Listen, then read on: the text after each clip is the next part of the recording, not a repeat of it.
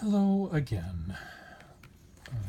Another way of drawing a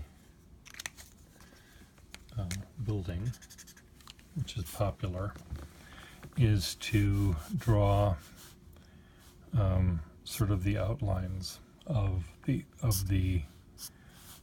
elements. You're not really drawing the text, the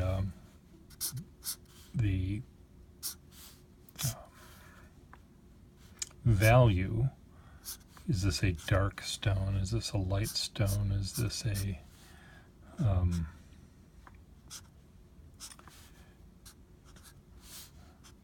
does this have a shadow on it? Does this not have a shadow on it?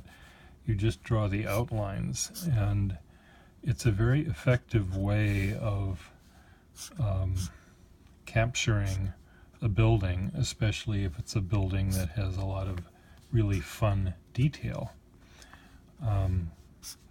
And that's what this one has. So what I'm doing is I'm not drawing the shadows or drawing the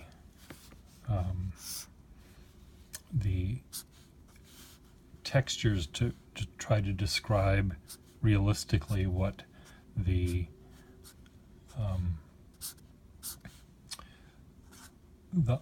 parts of the building are made of. I'm just drawing the outlines of the things that the building is made of. So there's a column, and the column is this shape.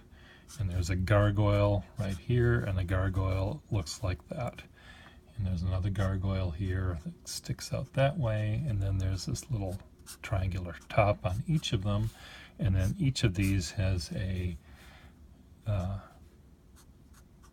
rather this column here has a conical roof on it that has shingles that look sort of like fish scales.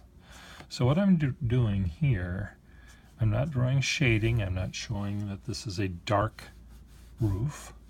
I'm showing that it has these shapes that make it up.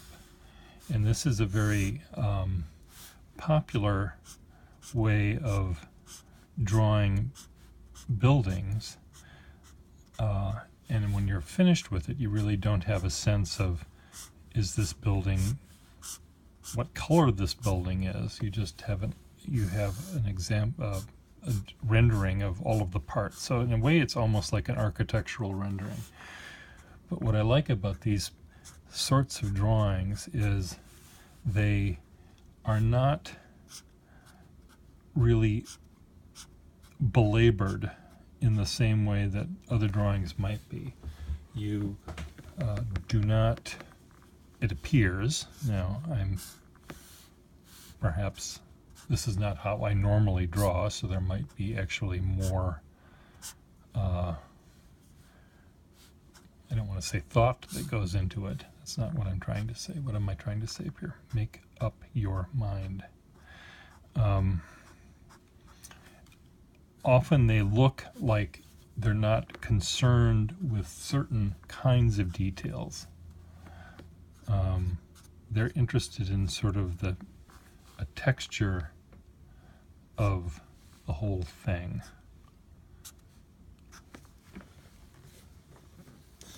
And it's actually quite a fun way of drawing, because you end up not, you're deciding you're not going to draw a certain aspect of the drawing. In this case, I'm not going to draw how dark something is. And I'm just drawing the parts of it.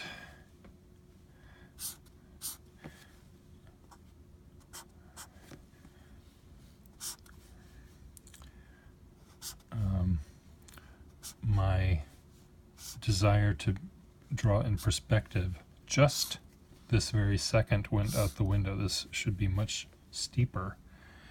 But again, that's not a concern really when you're doing a drawing in the manner that I'm drawing it. They seem to the artists that choose to draw in this style seem less concerned with certain elements of realism, and they can draw a drawing that does not have straight lines, even though clearly the building is made up of things that are straight. When you draw this kind of a drawing, you can choose to not worry about that sort of thing, and that's somewhat, what's the word? Liberating. That's what the word is. It's liberating, because you're deciding suddenly that I'm not going to worry about something that normally I worry about. Now this and this, for example, this cone and this cone are meant to be in perspective, and that's obviously not happening in the drawing that I'm doing.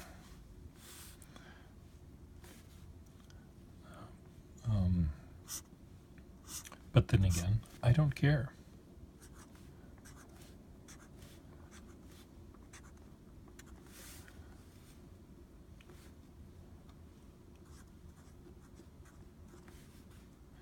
I don't care.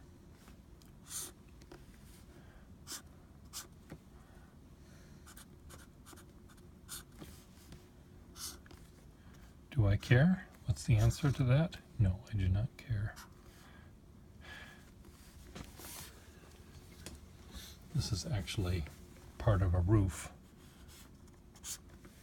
There's a million little tiny fish scaly shingles, and one, if you wanted to, you could continually draw these little fish scales.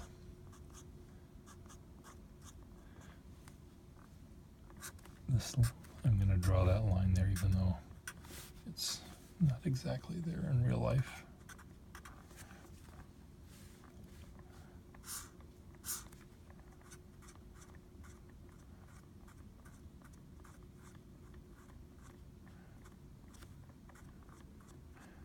They're sort of like I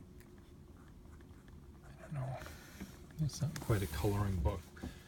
In a way it is. You're drawing the outlines, and you're not concerned with the value of what what you see. Now right here on this part of the building, there's little it's like a checkerboard pattern. Now this kind of a drawing, you'd show the checkerboard, but you wouldn't fill them in. You wouldn't fill in the black and the white parts of the checkerboard. I guess red and white if it's checkers, right? Then over here, it's a zigzag pattern, but you would draw it like this. You wouldn't actually, even though this zigzag is black and this one is white and this one is black, you would just, with this style of drawing, you don't really draw that. You just draw the shape of the parts. And again, it's a very different way of drawing than I normally use when I draw. It's kind of fun. Now, for those artists that actually do this kind of drawing, you have to forgive me for anything that I may have said that is inaccurate. I didn't mean to be inaccurate, but I just wanted to explain in my words what I see.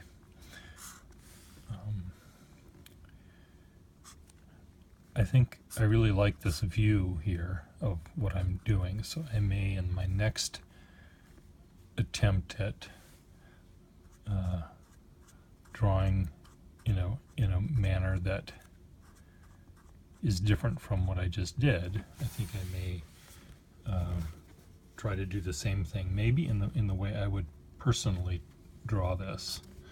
And I can tell you right now that I will not be having fun. I'm going to be gnashing my teeth and coming up with something that's really, really complicated. More complicated than this drawing, because in addition to drawing all of these shapes, I will be drawing it with cross-hatching. So I have to use line not only to describe line edges, but I'm going to use line to represent color or texture or value. And I'm using the same thing to describe all of that, and it's going to turn into mush. Whereas, this is complicated, but it isn't mushy. So, ready for the mush? Stay tuned.